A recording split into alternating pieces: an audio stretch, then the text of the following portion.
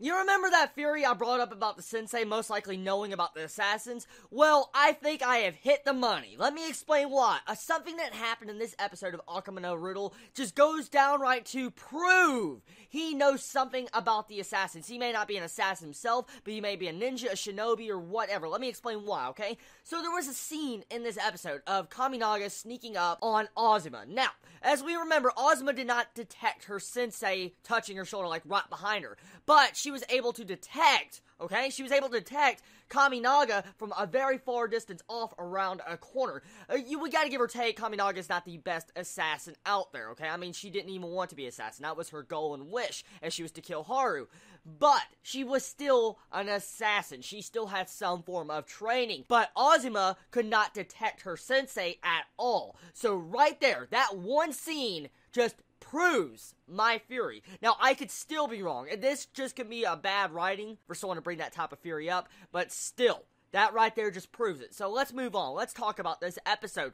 Well, that ending. Last episode, I also brought up a theory that most likely if you failed killing Haru in 48 hours, you will die. It was showing that Neo was watching the assassinations game. She was just completely watching while Kaminaga was hunting down Haru and Azuma at the same time. She was watching it for a little just, iPad or something. And so she knows when an event is going on. She automatically knows. And if we remember last episode, okay, she was there to kill off, Genocide or Show. When she was like there, she's like, ah! And she got all scared, and then we don't see her again, and we see flowers on her desk. Well, we see flowers once again on Kaminaga's desk at the end of this episode, and the way they tried to pan at it, depan from it, and made it look like she never existed in the classroom, really just shows you right there that there's something else going on. And then the way the sensei looked at the piece of paper, didn't bring up her name, but he's like, I hope you have a better time in school and all that. And oh yeah, and another thing that goes along with it is when they have that saying, Luffy saying, the famous saying that was saying in here, like, death is not the end, death is the completion of your life. So pretty much that was a famous saying. I probably said it wrong, but what I'm getting at is they put that type of note right next to the flower vase of Kaminaga's at the end of this. So right there, that's a symbolic meaning saying she's most likely dead.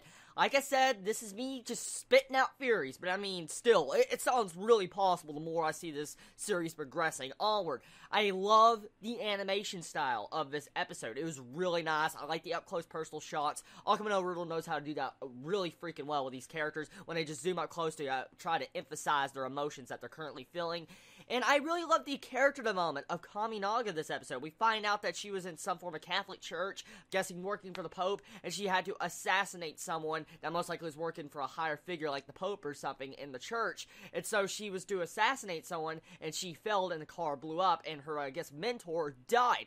Now, what I can also get from this scene, this is another theory. Now, this is a fucking good episode if I'm already bringing up multiple theories. But another theory, okay? When we see Kaminaga running from the scene after she put the bomb when she was younger underneath the car, we don't technically get to see what happened to that car. We don't. I mean, we get to see a demonstration of a bomb explosion when we see Haru about to move a book, and it seemed to be fine. I mean, of course she didn't kill Haru, but I mean, Azuma was there to actually save Haru. But still, she set up the bomb properly. Now, I understand she was a kid, she was younger, less experienced, but still, we never got to see exactly how the bomb went off. What if that girl, okay, that died, the mentor, was actually wanting to protect whoever was about to get in that car and took the bomb herself?